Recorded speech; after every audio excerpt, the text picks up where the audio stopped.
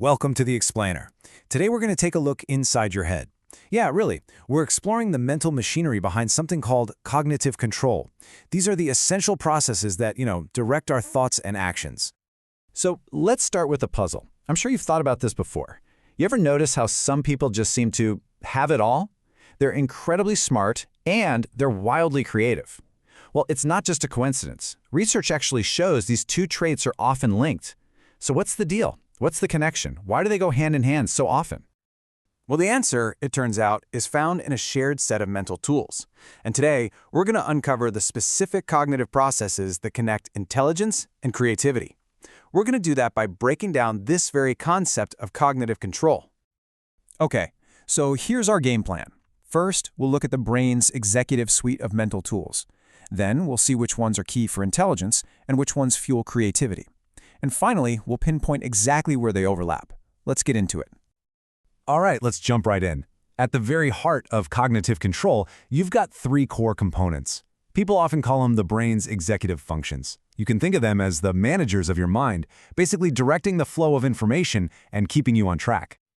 First up, we've got something called updating. So what's that? It's your ability to actively monitor and, juggle information in your working memory. It's kind of like a chef on a super busy line. They're constantly bringing in new, relevant info, like a new order, while clearing out what's old and no longer needed. This is what keeps your mental workspace totally up to date. Next up is inhibition. This is basically your mental filter. It's that critical ability to shut down those automatic, obvious, or just plain distracting thoughts and impulses. It's what lets a musician stay laser-focused on their part during a concert, instead of getting thrown off by someone coughing in the audience. It's all about tuning out the noise. And last but not least, there's shifting. This is your mental agility. It's your brain's capacity to flexibly jump between different tasks or rules or even points of view. A perfect example is a translator who has to seamlessly switch back and forth between two completely different languages. It's all about adapting your thinking on the fly. Okay, so there you have it. Our three mental tools: updating, inhibition, and shifting.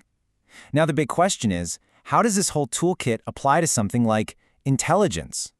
Specifically, what is it that drives our ability to solve brand new, complex problems? Well, when we talk about that kind of problem solving, we're really talking about something called fluid intelligence. And here's the thing, the research is super clear on this. This ability, it relies heavily on one of those executive functions way more than the others. And this is where it gets really interesting. Studies show that a person's fluid intelligence is strongly predicted by, you guess it, their updating ability. But, and this is the surprising part, there's no real link to shifting or inhibition. So when it comes to just pure problem solving, it seems like it's all about how well you can manage that mental workspace. Okay, so that's the story for intelligence. But what about creativity? I mean, if updating is the engine for logic, then what's fueling our ability to come up with truly new, original ideas?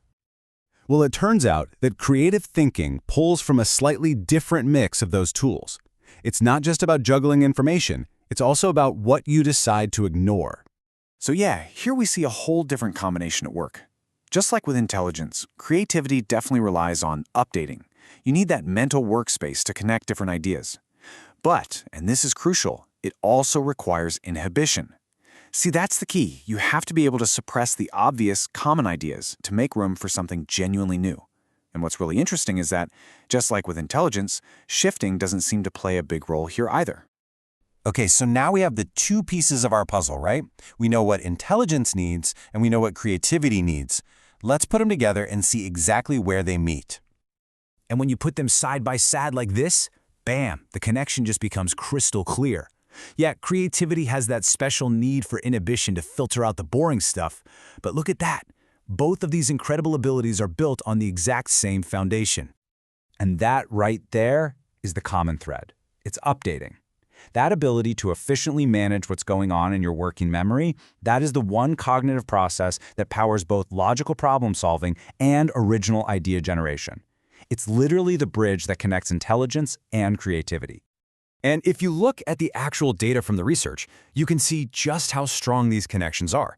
Check it out. Updating is, by far, the strongest predictor for intelligence, but it's also a really significant predictor for creativity too, with inhibition being important as well. This chart really puts numbers to that shared foundation we were just talking about. And this all brings us right back to where we started. This shared reliance on a really strong working memory, on updating, that helps explain why people who are great at logical reasoning so often have a real knack for coming up with original ideas. They're basically drawing water from the same cognitive well. So, at the end of the day, it all comes down to control. It's our ability to consciously direct our own thoughts, to constantly update that mental workspace and filter out all the noise. That's what allows us to build these incredible things in our minds. It's really the engine that powers our highest achievements, turning simple thoughts into these complex symphonies of both logic and novelty.